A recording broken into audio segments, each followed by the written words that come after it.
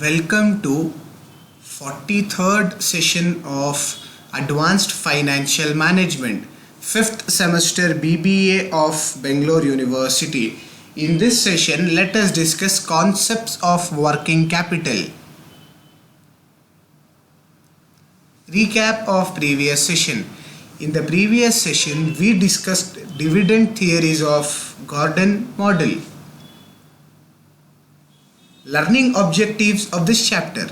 The objectives of this unit is to make students understand the various components of working capital.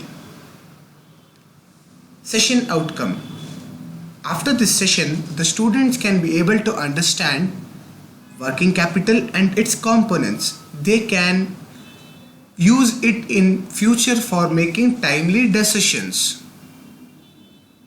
Concepts of working capital. Working capital is described as the capital which is not fixed, but the more common uses of working capital is to consider it as the difference between the book value of current assets and current liabilities. Working capital is the capital which is needed to meet the day-to-day transactions of the business concern. It may be gross working capital and net working capital. Normally, working capital consists of various compositions of current assets such as inventories, bills, receivable, debtors, cash and bank balance and prepaid expenses. Now let us discuss the definitions of working capital.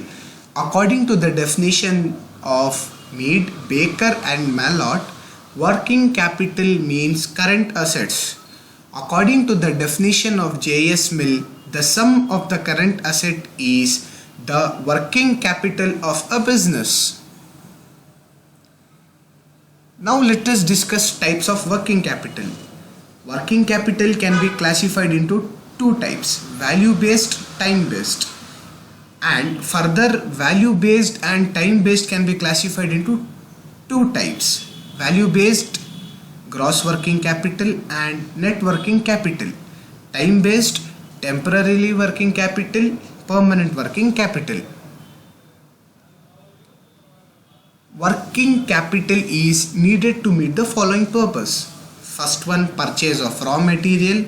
Second one, payment of wages to workers. Third one, payment of day-to-day expenses. Fourth one, maintenance expenditure, etc.